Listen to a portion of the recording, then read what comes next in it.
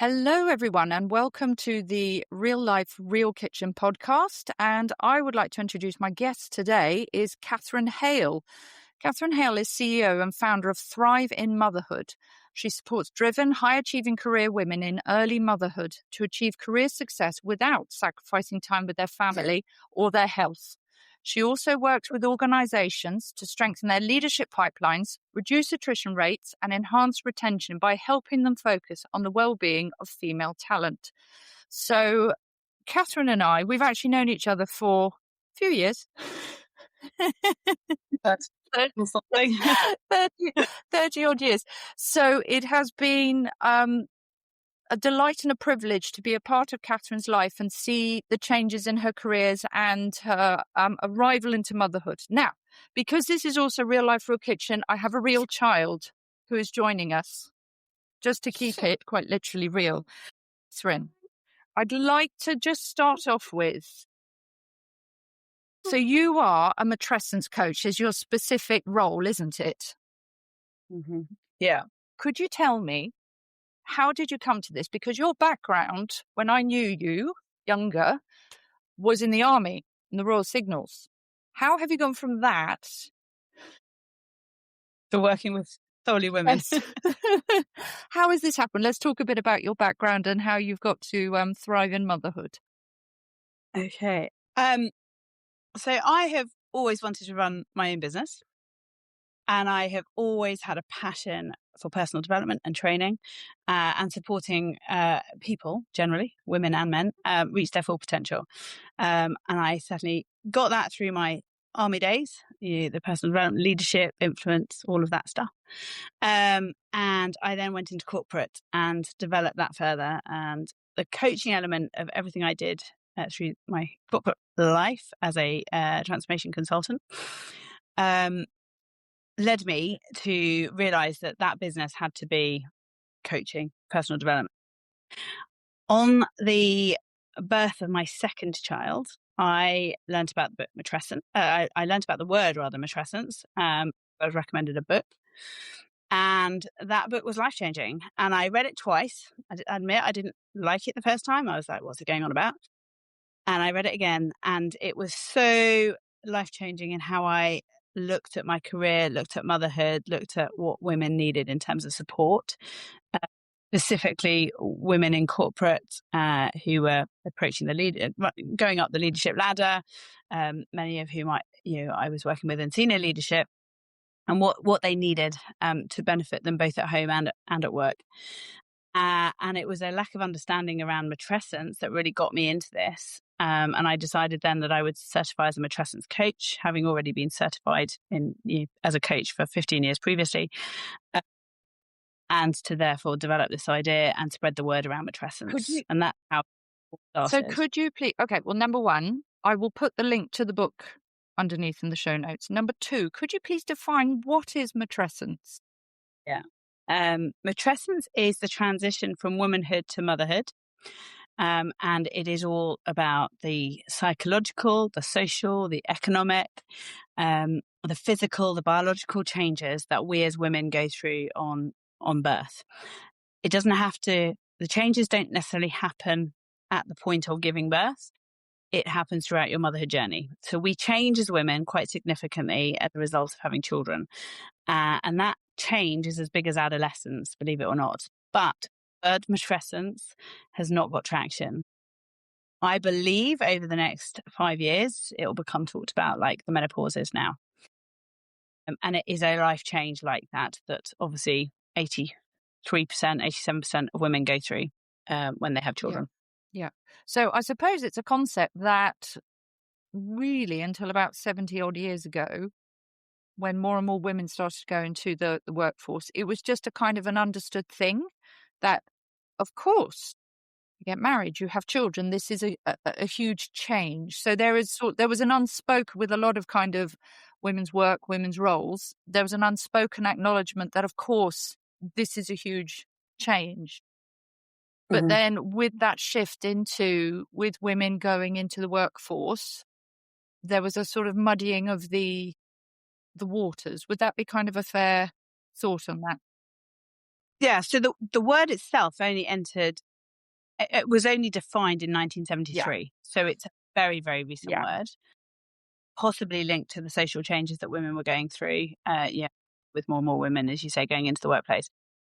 Interestingly, the word has only actually entered the English dictionary in the year 2020. Wow. Okay. Such a new Yeah. word. I think the fact that women are now juggling some quite serious big careers, and having children later, and the social pressures that women can do as well as men in the workplace, combined with that transition into motherhood, does make it a bit more challenging for Yeah. women. Yes. Yep. Yep. Yes. So, and I suppose Matrescence, just coming back to 1973, that's when you have your whole kind of academic discipline of feminism and things like that. And it would have been in the academic intellectual spheres being bandied about. But those sorts of things take time to come down. So no, okay, so interesting. I'm gonna mull on that for a little bit. With the corporate mums, because I am working with mums who are not necessarily as high powered and as high leveled as yours, but they'll be juggling work, maybe part-time work, they've got school run, they got all of just the life, the responsibilities, a lot of these external pressures coming in and coming onto family life that they have to try their best to bat off or incorporate.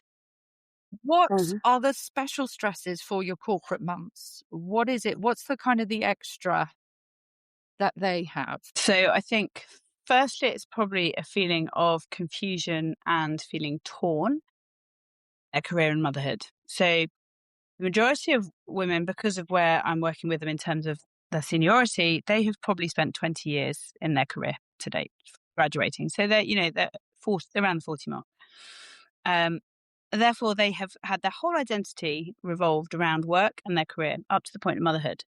And suddenly you throw in motherhood and perspectives change, values change, everything changes. And therefore they get a feeling of feeling really torn between who they were pre-children and who they are post-children.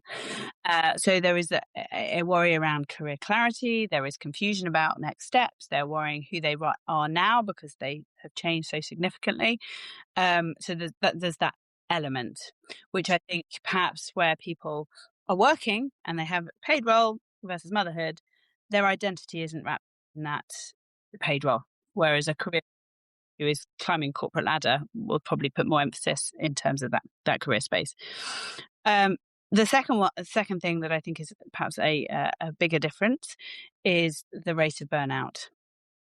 So these women, are generally breadwinners. They're often breadwinners in their family. They are juggling the responsibilities, of leadership at work. They're doing the juggle that every mum does at home. They're also financially, perhaps, being the security blanket for their families. Therefore, role and career is obviously being up there is fundamentally important for financial reasons. So they will go, push, push, push all the time at everything they're doing. And therefore, then, that's when the burnout. Yeah, yeah. Because is there? I'm going to presume there's a temperamental element to it. It's quite a sort of driven, focused, academically very successful, very good at reaching the goals. There's that sort of do I want to say perfectionist? Yeah. Yes, there is a perfectionist, and a lot of people I work with, would be on that perfectionist Yeah. scale. Yeah. And as you and I both know, when you become mums, you can't be perfect because what is perfect? We are out of control so much as mums. And I think that is also the challenge where these women are very like being in control. They generally get what they want because they'll fight for it. And then suddenly motherhood throws that control element, the judgment, the comparison that, mums, you can be very critical of each other. All of that comes into play, which they're not used to. But, and again, that is probably the third stressor that these women are going through. And I suppose as well with motherhood, when you have a baby, there is a presumption before you have your first one, this is completely natural. I'll just be able to pick it up, just like breastfeeding, all of that. And there is this learning curve, which is beyond anything. It's Mhm. like, whoa, I wasn't expecting that. And so when you are already quite kind of vulnerable physically, you just had a baby, Mm. hormones, just everything. There is so much you have to learn on top of that. And when you are used to, I'm going to learn, I've got a problem to fix, I'm going to learn how to do it. You Mhm. might read the books, but then you have a child whose temperament just goes, no, no. You Yeah. see those books, you see me? No, we Yeah. are not connected. Absolutely. But that's part of the issue though there is that society makes out that you're giving birth's easy, motherhood's easy, breastfeeding is easy, and none of it Yeah. is. It's Uh, culture, so it needs to be learned. And if you've not does. seen it, if you Yeah. haven't seen it and you haven't been surrounded by other families, well, how? Feel lost, you feel isolated. So many people I Yeah. speak to feel that in this space because as you say, they haven't experienced it and they're not seeing people go through it. People don't open up about these conversations. Everyone says, "Yes, how's your day?" "Oh, I'm doing fine." Yeah, but realistically, a lot of women are struggling Yeah. and Yeah. don't like it that we need support or we're vulnerable or it's a sign of weakness. Yeah. And especially if you have been in a position that has been one of strength and big leadership, all of a sudden say, "Whoa, this is hard, and actually I am lonely." Mm. This was a topic I was talking to a lady, Vanessa Coultas, who's a parenting coach. It's one of my earlier videos, all about loneliness. And one of the big challenges of motherhood is when you're at work. Okay, so my theory, you ready, Catherine? You've heard some of my theories. Here we go. Here's one. Um, but women, we do well. We're about community. We're about kind of sitting in circles and having a chat and doing the knitting and, cooking, and there's a baby. Men generally are like next to each other. We're hunting a saber-toothed tiger. We are focused on the saber-toothed Mm. tiger. That's my generalization brush. I know there's a spectrum, but anyway, we do community. And what happens is at work, that is our community. But the Yes. thing is, when you are a mother and you're at home with the baby, your community is 9 till 5. They're still at work. Hmm. And you have to Yeah. create a new community from scratch, often because you're usually not living close to family. You have to create that from scratch. You've got to get out there when you're feeling low and not great and find your people. It's so hard. Is it a pressure? I mean, I do think it's a necessity, Yeah. but there's an extra thing that I think if women were aware of, maybe you take maternity leave 2 months, 3 months before you have the baby so you have time to make the community. I don't know. I don't know. But I think that's a huge, we don't realize how invested we are in our community at work. And then that stops. And Hmm. then you're going crackers at home with this lovely baby because you're on your own. Yeah. We definitely, as women, need a tribe. Like our tribe. I think when you go back to work, the challenges happen when you have to merge those communities. So who you were in your community at home on mat leave and who you are in your work capacity.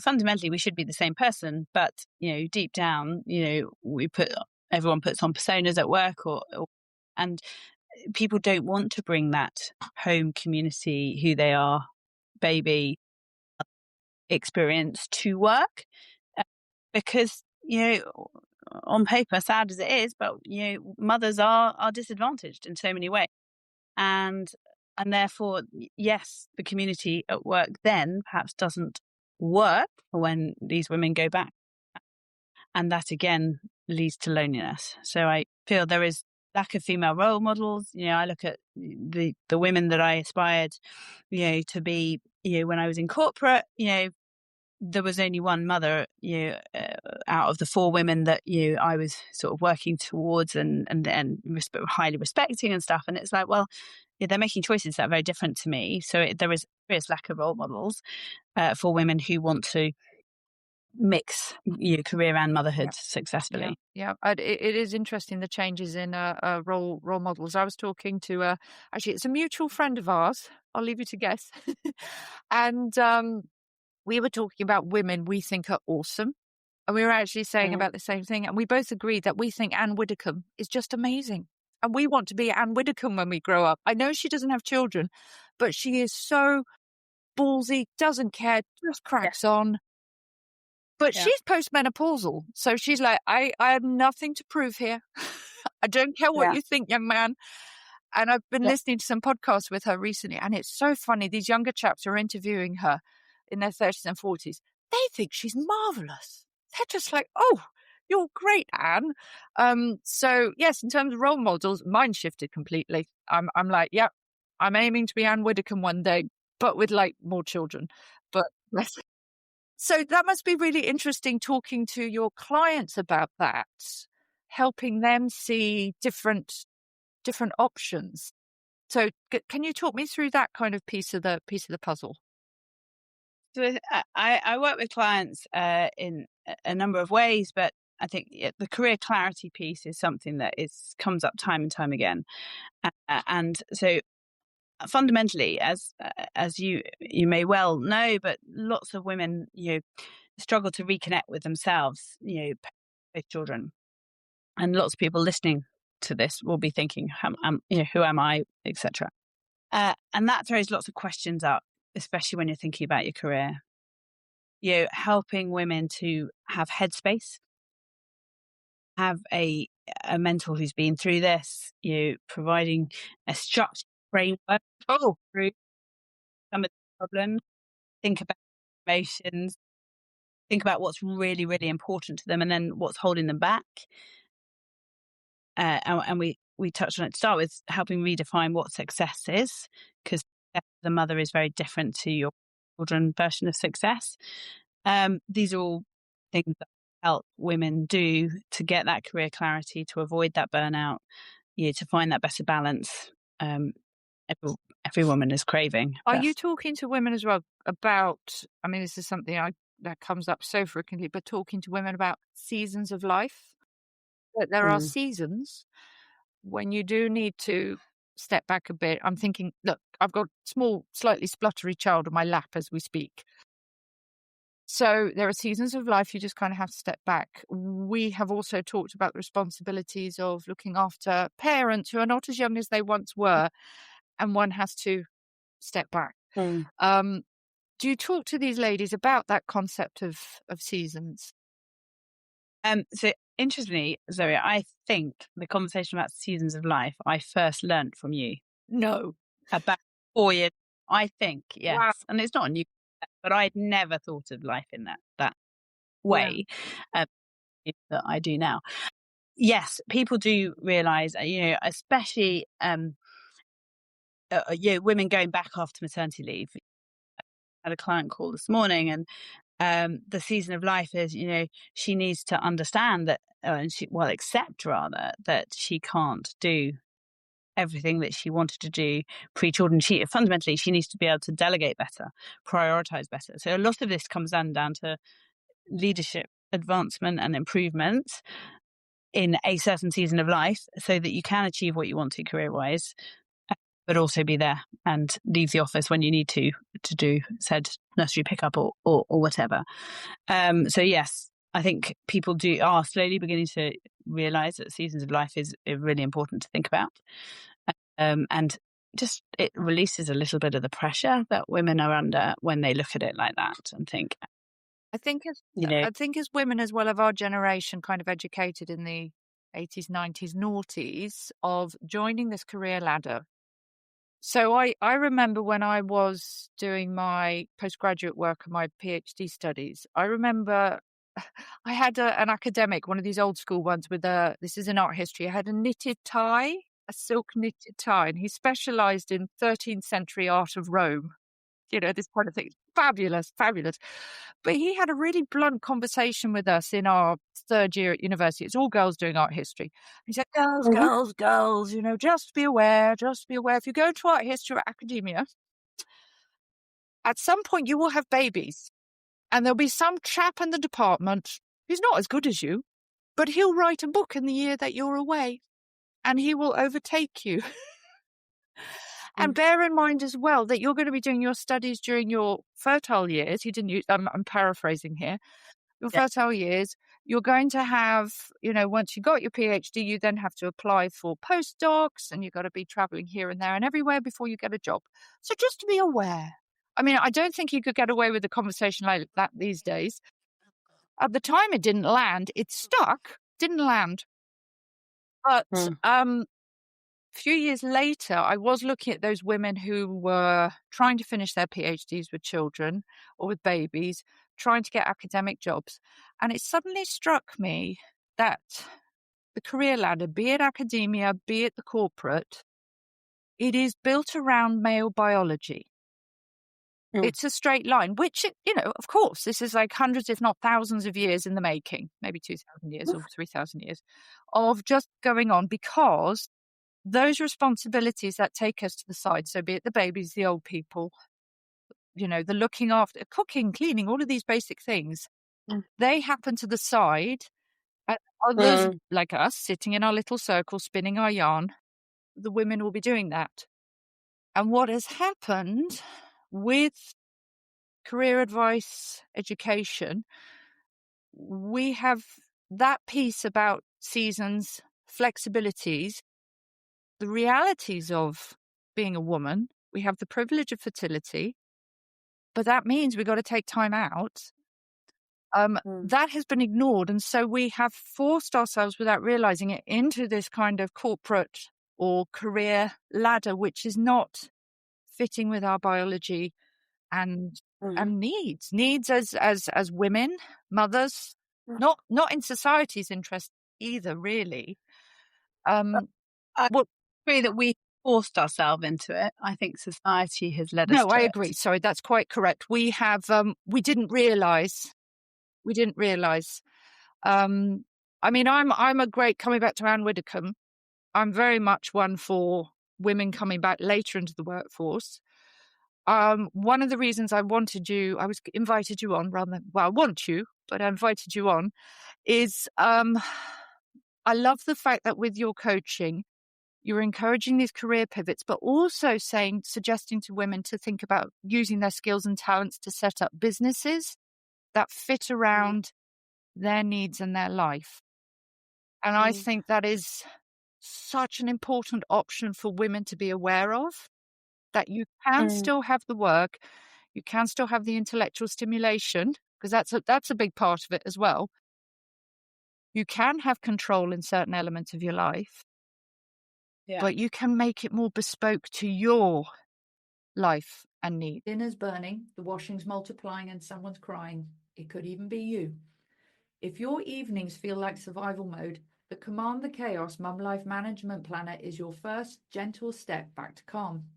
It's a printable 80-page guide and planner to help you reset your routines and breathe again without needing to become someone else entirely. Start your reset today. The link's in the show notes.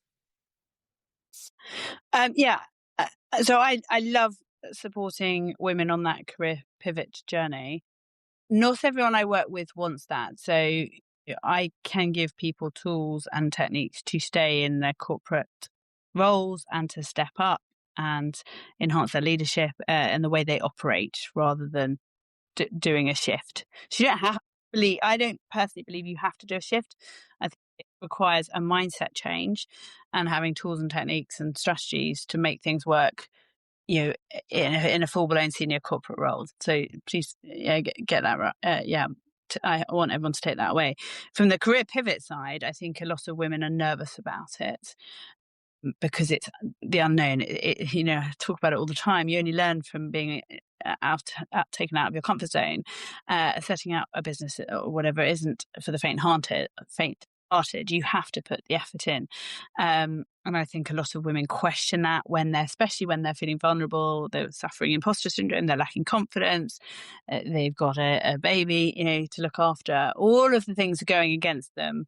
And they think, I'm not sure whether I want to do this career pivot or change roles, because actually I'm in my safe space here. It might be working out great, but I'm in my safe space. I know everyone. I've got a job to do and I know what I can do. That's your anchor in a time when everything else seems out of control. Often. for a lot of these women, the work is an anchor because they can control that much more than, clearly, as we discussed, crying baby or, toddler running around being sick or whatever it might be. Yeah, sorry, I can't remember your question, but I guess, yeah, people need to think slightly differently in certain seasons of life. And if that involves a career pivot, it is not, I don't believe it's failure. I don't believe there's anything wrong with it. It's about being open-minded and accepting that you've Yeah. changed, Yeah. you know, and looking back on what you really, really want. I had a really deep down look, and I was like, when I married my husband and had my children, there were two things in life I wanted to do. One was run my own business, and one is to redevelop another property, which I've done two already, and I'd love to do. Those are my goals. Those are my life goals, not to earn X salary and on X bonus, because that feels good, And I think that's where people need to perhaps deeply reflect and think about, reconnect with what actually they really, really want. Yeah. And a big part of that is having the space to making the space to kind of step to the side and say, right, what is it I want? Having that peace, finding that peace. And making, because we don't have time to think as mums. And I think sometimes without accountability and guidance from someone external, you get locked in your autopilot. You're on a hamster wheel. You can't get off because you're not investing in yourself. Very easily done, and I have those sort of conversations with people all the time. It's like, well, no, actually, you need to get off that hamster wheel because you've got to have time to think about what you want. You are a human here. You brought other little humans into this world, but you're still a priority, and you have to have your cup half full. You have to be motivated, fulfilled, empowered, to be the best mum you can be, because otherwise, your motherhood journey will fail. You won't be as good a mum as you want to be because you don't feel good yourself. Yeah. And I mean, a big part of that, creating that space, having the reflection. Okay, two things. Number one, you are like the village elder, the wise woman who would have been sitting in the circle saying, "Oh, Margaret, you're struggling, aren't you? Let's have a chat. You tell me." Do you see what I mean? But those kind of, coming back to role models, that community, women don't have the sort of the older ones, unless they go, not even the older ones, the ones who are like a couple of steps ahead. Yeah. We unless you go seeking for them and go, surely this has happened to someone else before. I can't be the only one. Completely. Unless you go seeking for that. I think this is one of the things that I find so interesting. There are so many women who go, oh, I must be the only one. And you go, hang on, statistically, how many billions of women have there been born? Just probably like at least one. At least one. Completely. Yeah. But as I said before, these are conversations that you don't discuss on a basis. You don't really discuss these either with your mum or your closest girlfriend. And therefore, being able to talk these through and see that you're not alone is so empowering. I work predominantly in groups, and my tribe or my community or the Delta, I call it, but I do work in groups and I love it. And women come to those groups and feel inspired by what they hear and seeing the wins of other women in those groups, but also hearing their challenges and learning from how they're adapting to those challenges and what they can learn from them and put them into practice themselves is a really, really fulfilling and motivating for so many women. It's huge. I used to go to, with my first, I went to a mothers group up in Stoke Newington, up in northeast London. It's run by a lady called Naomi Stadlen, and she wrote a book called What Mothers Do.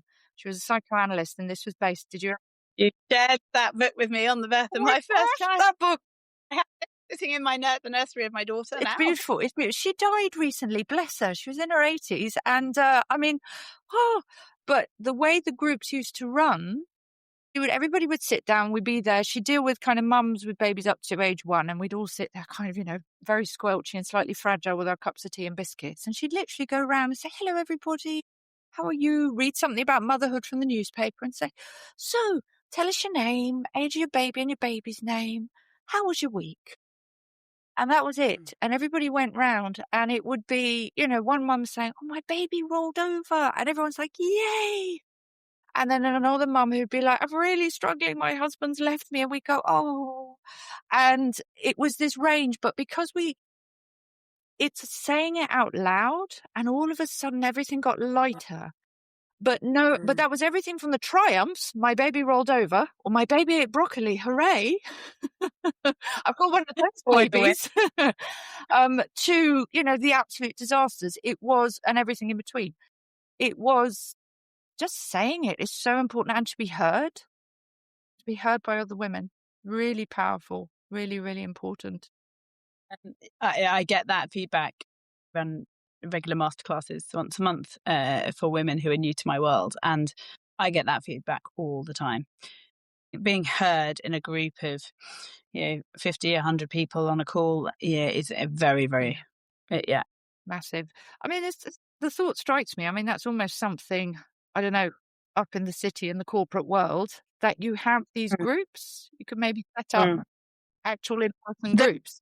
a lot of these, a lot of women's groups obviously exist. I think it's The money, making the money. awareness, the mummy side, is more and more. I think parenting groups. I think there is a trend now. I say trend, but I think a lot of corporates are starting parenting groups, not really going down to the mummy specific, but targeting and supporting parents in a slightly Yeah, different way, yeah, which is all good. It's movement in the right direction, but we've still got a long way to yeah. go, I think. Few things to do.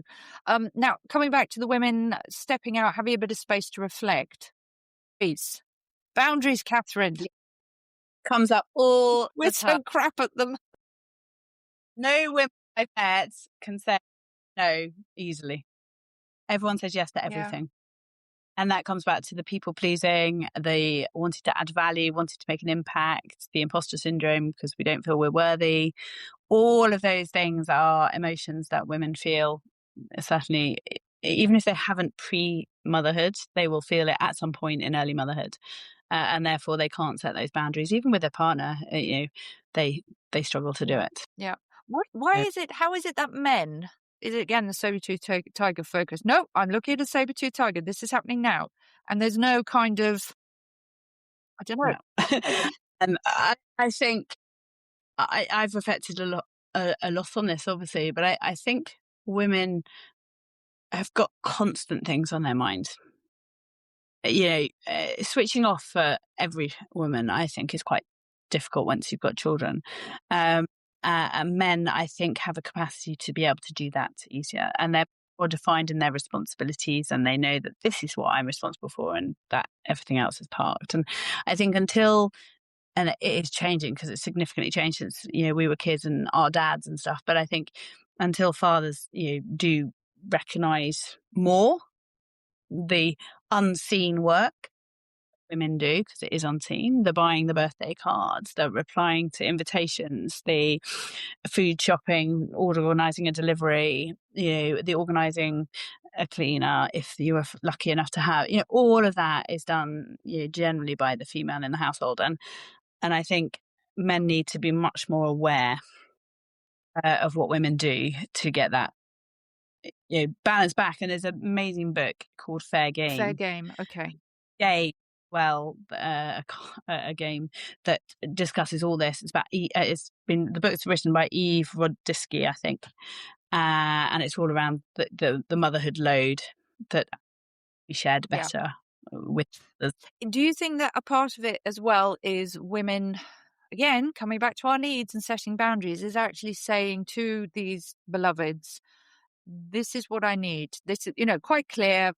10 o'clock, you're taking little Sally to her ballet class on a Saturday so that I can have an hour's peace because I need this. Otherwise, I go crackers. You do not have to understand. You just have to accept. Yes. Is a part of it kind of women not actually being explicit? Yes. It's hard to confront. It's hard to ask for time for you. That's what it comes down to, and investing in your well-being. And we deprioritize ourselves all the time. We're often at the bottom of our to-do list. I was talking to another client this morning about this. She says, I want to invest in half an hour myself reading personal development every day. But it falls to the bottom, and by 10 o'clock at night, I'm too knackered to do it, and therefore I don't do it. And it's like, yes, it's having those conversations with your partner to be able to say, I need this time. This is for my sanity, it's for my well-being, it's to fill my cup up, it's to make me a better mum. And utilising that time effectively, and your partner supporting. I'm really rigid, for example, about exercise with my partner, husband. Whenever he does school drop off, I will always exercise. And I will specifically say that's the benefit I get if you want me to exercise. And luckily he's very supportive of that, as probably most men would be. But that's a win-win for both of us. He gets a bit of time with the children, which is not in the working day, and also I get a bit of exercise time, in the morning before work. And it's also important for the relationship between husband and wife, because then you're equal, because you're getting the time, and he automatically assumes, I think, a lot of men, that they can have time, and they don't think anything of asking for 2 weeks to go skiing with work, which my husband's doing now. Would I ask for 2 weeks to go skiing on my own? No, I'm lucky if I get 2 nights away kid-free, let alone 2 weeks skiing. But could I also just point out with that as well, that there is the reality, the little ones, they need the mums more than the dads. I think that is certainly when they're very young ones, yes. But I think that does, post of the obvious, breastfeeding thing. My view is fathers can do everything that mothers can do, with the exception of breastfeeding. So I think I have a slightly different view on that. We shall love each other and agree to differ. Okay, so boundaries, yes. And coming back to, once you've got those boundaries in place, saying what you need means a better relationship between you and your husband, because otherwise you have resentment. Coming back to the fact that men, I'm looking at the saber-tooth tiger, what cleaning lady? Whereas you're thinking about the cleaning lady and all of the things, there's going to reach this point where you go, why can't you read my mind? Why can't you read my mind? And that's, nobody can. No, they can't. And that resentment, that frustration, I see it all the time. And it does, if it builds up and builds up, it can lead to, obviously, serious challenges. And, I think fair dues, I certainly had a bit of resentment in the very early days of motherhood. And I was like, my husband's life hasn't really changed. Mine has changed beyond all recognition. But that was from a work capacity. I think, as you go through your motherhood journey, as we come back to it, it's more about, having time for yourself and recognizing the importance of that, and not letting, your partner, get everything that he needs, but you put your needs at the bottom, because can't go on like that. You will burn out. We'll burn out if we don't have something for ourselves. Yeah, really important. Yes, it's huge. And even if everybody from kind of the stay-at-home mums up to the corporate, we just need that little bit of time to step back, because you can't see the wood for the trees. And then when you return to the children, when you return to the house, and really important, ideally, for this to happen outside the home, because if you're in the home, you're like, oh, I'm going to have an hour. And you look around, you're like, oh, the washing, oh, the school admin, all of this. No. You just go and have that space. But I completely agree with that. I also think, though, it doesn't have to be an hour a big deal here. This can sometimes be really, really small, simple things. My husband loves the radio on in our kitchen, and when we're in there as a family, he'll have it on, and I turn it off as soon as I can, especially when we're as a family, because I just cannot get the sensory overload. I never experienced this before motherhood, but now I'm like, I've got 3 children running around wanting this, that, and the other, and the radio playing, and my husband popping in and out, and I'm cooking dinner. I cannot cope with that. So I think there is an understanding of each other's needs on that small micro level, i.e. turning the radio off, and my husband respecting that as soon as he walks out the room, I'm going to turn it off because I don't want it on. Or just 15 minutes in the house to catch up with, it might be admin, or your catch up emails you need to send from a work perspective. It's respecting you and having that time, small amounts of time to find what you need. Get that bit of control in. So, I mean, those are really, really useful tips generally for mothers. I'm going to come back just to the corporate mums, but if there are, for those who have stumbled across this through the magic of YouTube or LinkedIn or wherever you've found this, what are the first steps that mums can take, particularly these corporate mums who are just like, oh my gosh, I am corporate lawyer, I am, I don't know, equity manager, whatever it is. Yeah. I want to be a mum and I got all this stuff going on in my head is going to explode. and I feel so sad and weepy. Um, what can they do? Uh, Some basic takeaways. Okay. Three basic takeaways. The first one is really reconnect with your values. I've alluded to this the whole of this conversation, but you change when you become a mum. So many women don't actually know their own values and they're not living by them. And if that's the case, they are often living by values of other people or society. And therefore, they are not feeling fulfilled. Their inner critic, they're feeling very negative all the time. They're angry, frustrated, etc. As soon as you start recognizing and reconnecting with what's fundamentally important, you can prioritize better. You can make better decisions. You can decide how you spend your time better. And this is both work and at home. It is so important to identify that. And that's generally where I start with most women I work with is, do you know your values? In 2 minutes, you talk about your life and I can pick them up. You can very easily, when you're attuned to listening for them, you can tune into what the values of a person are quite quickly. The second one, we've talked about pressure over the conversation. There is something here around being kind to yourself. Don't put all the pressure on you to be everything to everyone all the time, or to make these drastic big changes straight away because it's a new year or because you're returning to work after mat leave. These things take time, but as long as you chip away at them every week and you move forward and you have a win here or a win there and you accept that win and you celebrate it, then you will make headway. So I think, yes, definitely, if you need a hot cup of tea for 5 minutes, that's what you need. You need to be able to say, that's okay. I can sit down for 5 minutes. I don't need to go all the time. And then I guess the third one is recognizing what's in your control and what's out of your control. I often talk to people who are frustrated and angry about something that actually fundamentally is out of their control.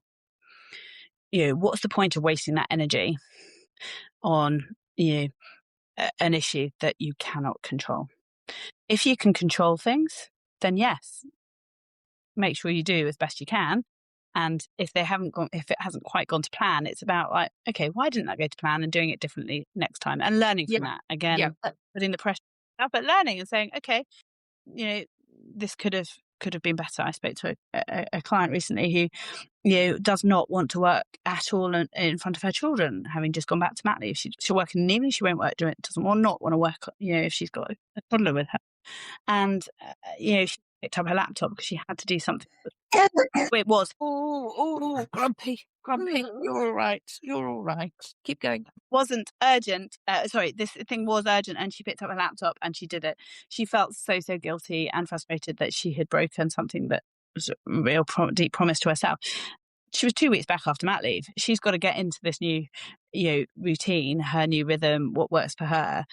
She's got to be kinder to herself when that happens. And yeah, okay, that perhaps was a little bit in her control, but it's like, okay, what have I learnt?